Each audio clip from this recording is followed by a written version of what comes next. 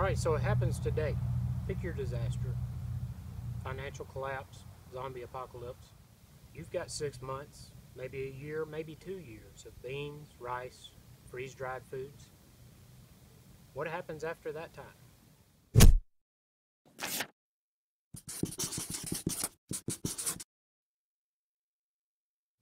Once that year's supply of stored food is gone, do you look at your wife and kids and say, well, I helped us to survive a year longer than everybody else?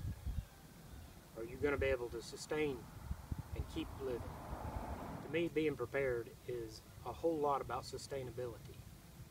I think that anybody that calls himself a prepper should really look into gardening. Oh, you say, I've got my stored heirloom seeds, but can you grow anything with them? Guys, it's not just as easy as throwing a seed in the ground and picking your crops. It takes a lot of work, and you need the experience to be able to grow the foods that you're going to need.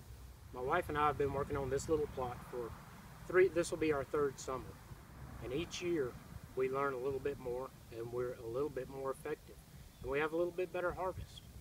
Now you might say, well, I'm cheating because I'm using a tiller. I know, after a year of economic collapse, you may not be able to get gas. I may not be able to run the tiller, but I'll tell you what, it's going to be a whole lot easier to break this ground with a hoe now that it's been tilled every spring and every fall for 3 years. Maybe you don't have a lot of room for a garden. Something like this lettuce bed is a nice, handy way to grow some vegetables in a small space.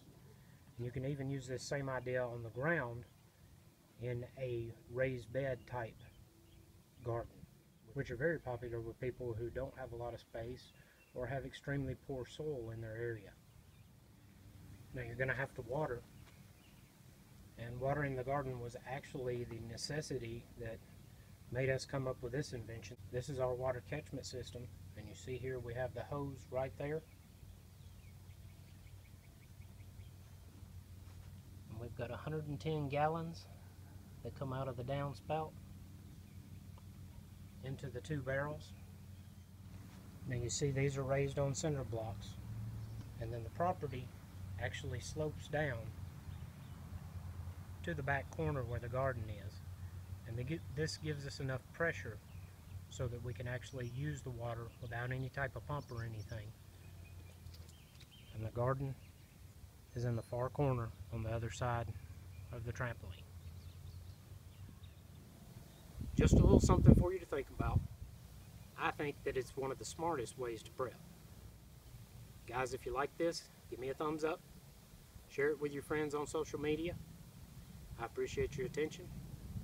And remember, the Bible is the rock upon which our republic was built. I'm the Alabama Owens, and all my friends are warriors.